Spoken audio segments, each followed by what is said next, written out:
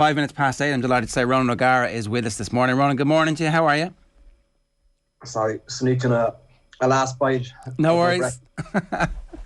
Are you an athlete when it comes to nutrition, or is it No. I train I train to eat, or I eat to train. I enjoy my food. French croissants for breakfast, or? No, that's banned. Maybe once or twice a week, but not. Can't be having them 7 days a week. They're too good. We keep hearing about the new managers coming into English football and taking the nice stuff, like the desserts out and the ketchup and the Coke and all that kind of stuff. Rugby's different, obviously, because you want your players to maintain bulk and stuff. Are you force feeding them like the foie gras, or are you? No, it's interesting. I remember arriving in, obviously, first time leaving Ireland was in 2013, going to Racing, and I suppose on the tables there was in butter. When we were in Munster, you wouldn't really be allowed butter, and there was kind of 2 litres of Coke on the tables, which was like, wow, this is there's a little bit of a difference in education here, or in standards, and obviously when you're coming out of the player mindset, you're very probably short-fused and open to kind of going, wow, that was terrible. But there was something that stays with me, obviously, to this day, the fact that I think it has got really, really, really professional. I think there's a big emphasis with the individual, but teams would obviously have their own nutritionists, dietitians. Everything is very much top notch. But in France, I think you can really, there is the capacity to slip under the radar, get away with it a little bit, and it's evident in our canteen as we speak. I think we have pancakes, we have crispy bacon. There's sounds great. It's not great. There is obviously some guys are trying to gain weight, and other guys then need to shift that weight. And as we said, like the croissants isn't a good weight, that's for certain. I was going to say, like my understanding of French breakfast is like a bowl of chocolate milk and a croissant. It's like it doesn't, modern dietary tendencies would suggest that's not the best combination. Yeah, and that's another, I suppose, probably draw for home as well. The fact that they don't do a breakfast really over here, and the fact that, as you say, it's a bowl of hot milk with cocoa. Dip your pan of chocolate or your croissant into it. A little bit of natural yogurt with a few sachets of sugar to put a bit of life into it, and if you wanted to superset it with a little bit of maybe framboise, fraise, the strawberry flavoured gloop flavouring, then that's it. But there's nothing like a few poached eggs with a brown bread and a nice coffee. But I don't know how we've got off in this. We're making everybody hungry here this morning. Yeah, exactly. Let's talk about the competition. You guys had a win in, I think it was pretty foggy, but no doubt about the result against Bath. So obviously feeling pretty good about life this morning. We were very good for 50 odd minutes, and then we stopped playing. We kind of had conceded 2 really bizarre tries. It was very foggy, but that doesn't probably explain the fact that we were on the attack and inside the Bath 22 with a driving ball, and all of a sudden Bath had stolen the ball twice and tore up the pitch with it and scored 2 very good tries.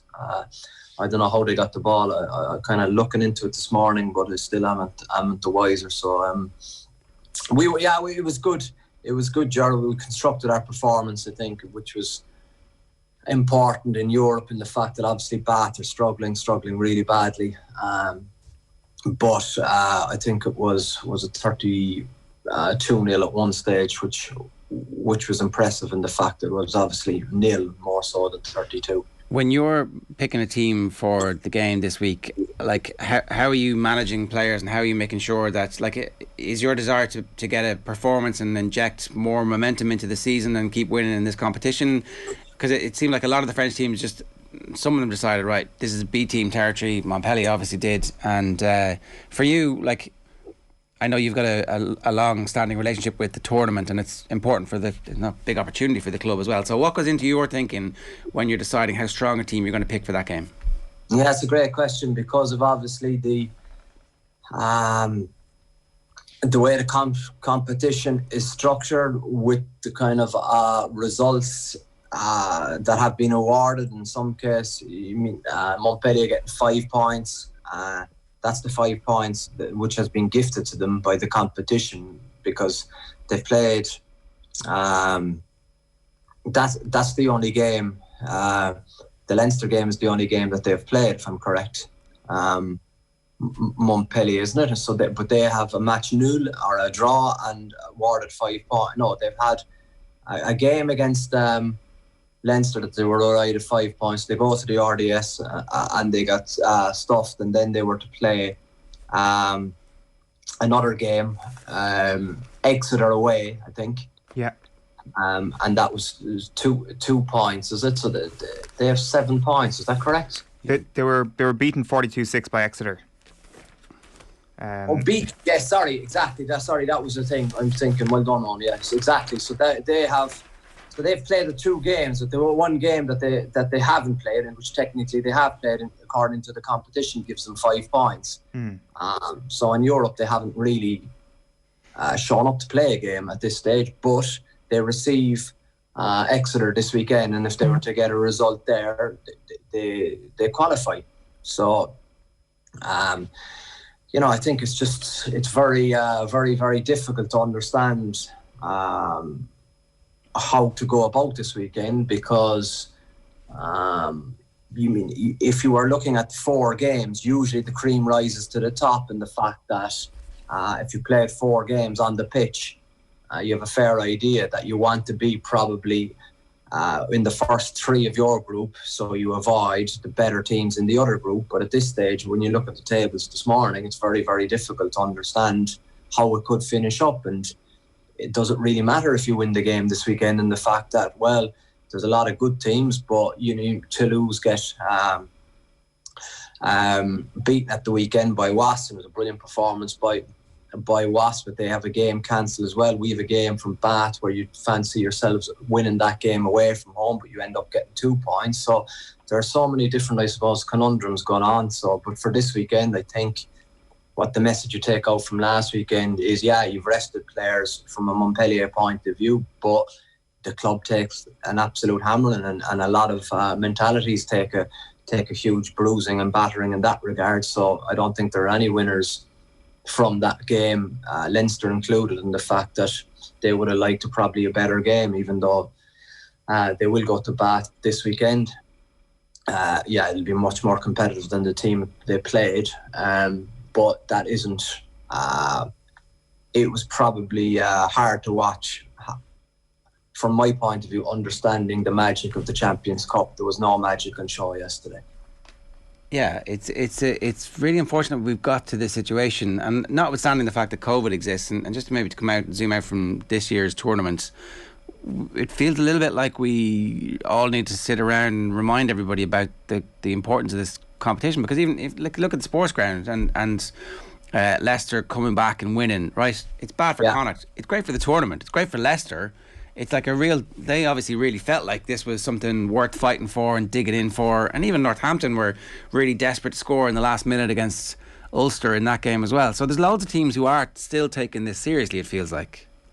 Yeah, and that's a hugely important point for, I think, the more you probably travel and get around, you understand that the Champions Cup means very different things to an awful lot of people. I think, for people in Ireland to even consider what Montpellier did, they just are probably up in arms about the team they put out there. But I think there's always a context to what is happening. From Montpellier's point of view, they're 4th in the top 14. They're going really well in that competition, and they feel like, I think this is the competition they want to go after. I think for the French clubs like Toulouse, Racing, most definitely those two, Clermont as well, there's a kind of, I suppose, a tradition established with the Champions Cup. Those 3 teams will always go after silverware in Europe because they believe in the magic of the Champions Cup. For other teams,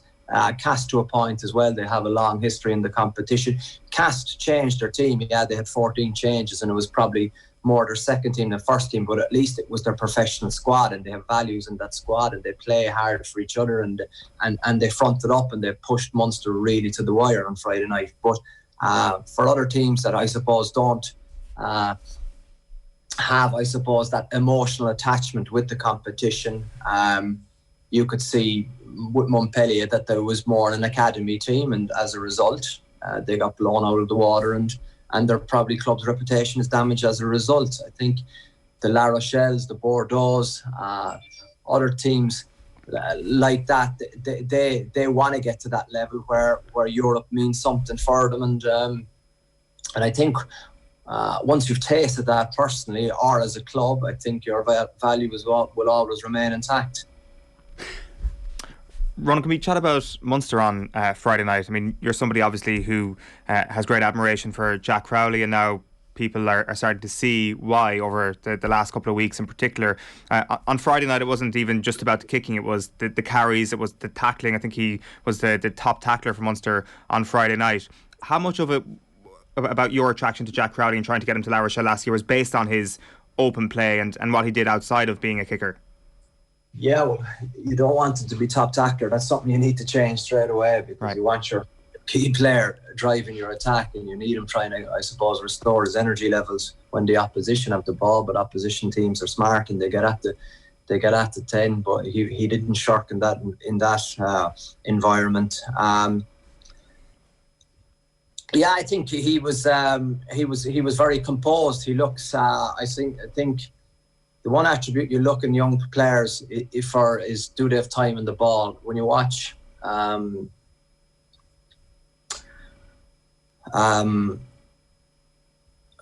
after having Crowley. Sorry, Jack Crowley, yeah. Exactly. Sorry. You watch Jack, you're for me, the first thing that strikes me, he looks very composed and he looks to have time in the ball. And I think that's the attribute that I always look for in young halfbacks. And I think He made errors in the game against Ulster the week before. He made errors at the weekend, but the good thing about it doesn't seem to affect him mentally, and he's kind of moves on to his kind of next ball focus, and he stays very much in the kind of short-term moment. His kicking, that's a difficult pitch to kick on too for people that wouldn't understand that. It's the underfoot is it's not a hybrid pitch, so it would be a winter pitch where it'd be difficult to get through the ball and cast, and but he was very, very composed after tee, and I thought he marshalled his team really, really well.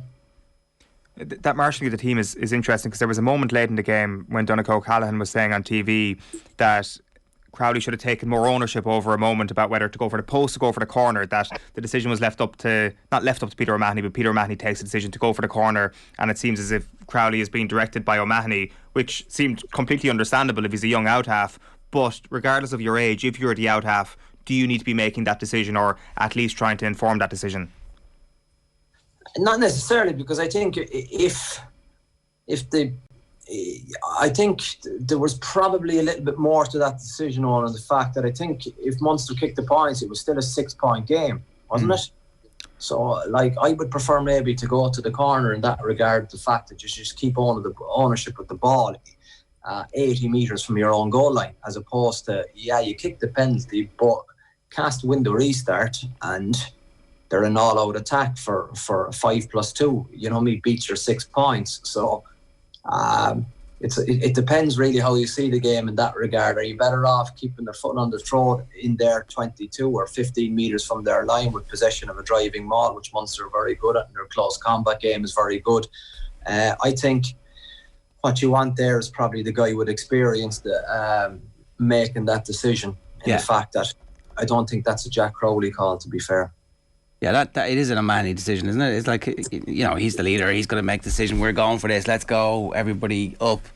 You kind of necessarily don't have to score there, Ger. The reality is you just want to hold ball and keep ball and make sure you don't probably get turned over, give a penalty away, so the next play then is a line out 50 metres out for casting possession. What you want to do there is the ability to win the ball, set a good drive, try and suck a penalty out of the opposition, or just get into kind of your rumbling game, which Munster are very good at. Ronan, just about Munster generally, right? You'd have a fair idea of the available vacancies around the world. It's just kind of everybody keeps an eye on it. The Munster job must be one of the best available jobs out there at the moment, is it? Without a shadow of a doubt, yeah. I think hugely attractive and slipping into the territory of maybe becoming a little bit of a sleeping giant, but it kind of, the most important thing is Munster are winning games, and they're winning tight games. You look at what they did against Ulster and you look at the thing against Cass. Yeah, I think people are frustrated with the style of the game that's being played, because I would probably be a believer that there is some incredibly good players on the road over there, and I think in the fact that for so many number of years now that they've probably plateaued, they've probably underperformed. I think that job would be hugely attractive to potential suitors. Yeah, so the talent pool is there to attract talent, attract good top quality coaching talent. Yeah, I think you just look at the back line as you know. I mean, you have Conor Murray, and then at the other end of the scale, you have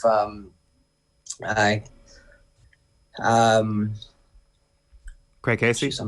Craig Casey. Sorry, I'm not forgetting his name. I'm bad morning with the names. I've been going through my own effective this morning. And then you have obviously you've three really good tens.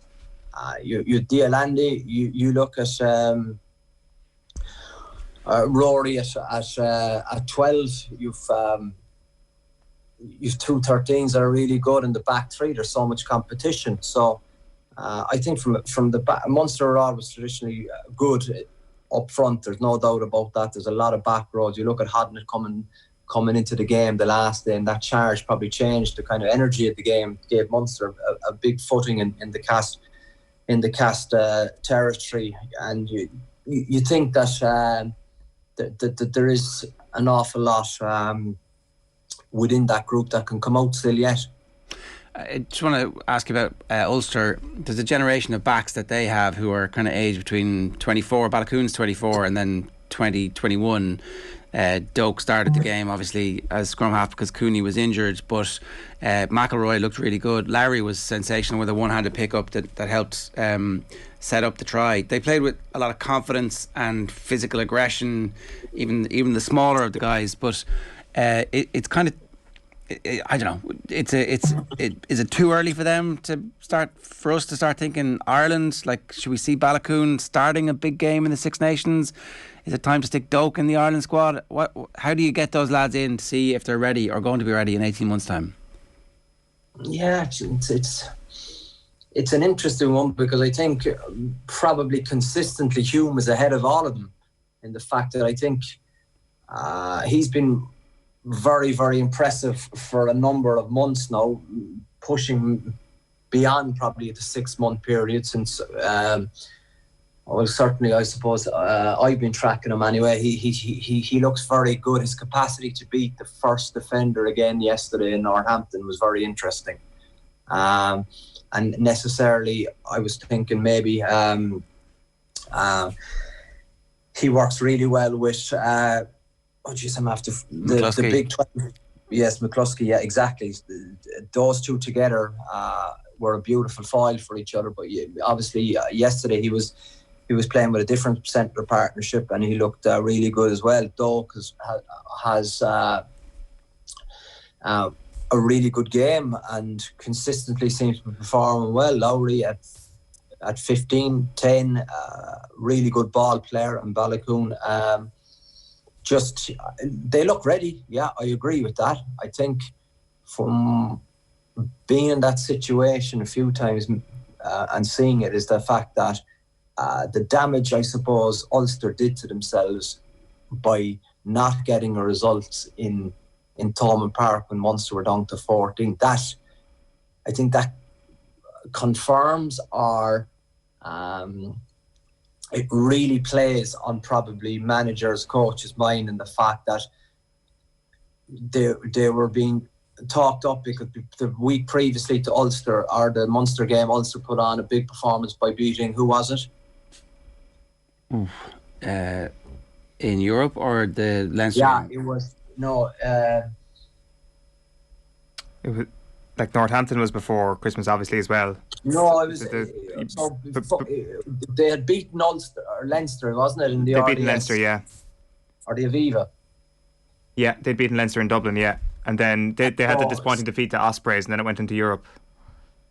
Okay, and then they went down to Munster, and with 14 men, you were thinking, okay, well, now this is a golden opportunity for Ulster, and they didn't close out the deal. So it was like, oh, well, has this team progressed, or are they learning lessons? But when you look at what they've done, sorry, Claremont away is the game I was thinking of. Oh, yeah, sorry, yeah. Claremont away. It's like an addition to the crappy quiz. Yeah, I'm getting a little bit worried because my brain isn't working too well this morning, but at least I've rectified myself with that comment. The Claremont game was the game that stood out for me, which was played at an intense tempo, and they blitzed them for the first 20 minutes. But then you look at that away from home, and then they got to Thomond Park and Munster down to 14 men, and they can't get the job done. The same question marks remained in my head, but even yesterday, the fact that it was just as well that they were 10 points clear with whatever 6 minutes to go, because the way the centre. Yeah. Oh wow. Not a good morning. Hutchinson, exactly, yes, sorry. A brilliant line, but untouched off first phase, which is rare to see. An incredible line, obviously, but Ulster would be disappointed with conceding that. But they had enough to close out that. That's a big win away from home in one context, but then you look at what Racing did to Northampton at home. Northampton at home, Racing away from home, and they completely dismantled Northampton. So I think there's a little bit of review needed into that performance. I thought they look very good. The backs look sharp. They look exciting. The pitching, I think, in Franklin's Gardens brings out the best in a lot of the attacking backs, and I think because Claremont will come to Ravenhill looking to win, so that'll be a good test this weekend for Ulster. We'll keep a very close eye on that. Ronan, we'll let you go get some brain food this morning. Thanks a million. Cheers. Sorry about that. Thank you. Talk to you later. That's Ronan O'Gara giving us his thoughts on the weekend's rugby. Interesting too. The quality of the pitch is something he talks about a lot. The kicking pitch, not a kicking pitch in Cast. Franklin's Gardens is a great place for attacking rugby. It's stuff that you just don't know unless like you're going to these grounds and you're like seeing that. I didn't realise that it was seen traditionally as a good place, because if you haven't watched the highlights, there's like it's funny, the highlights of the Munster game on YouTube were like 2 minutes, and the highlights of the Ulster game were 7 minutes, and the highlights of the Connacht game were like 14 minutes because there's so much action and activity in it. But the Ulster back play was sensational, like really, wow. This is, you feel like you'd like to see them play for Ireland.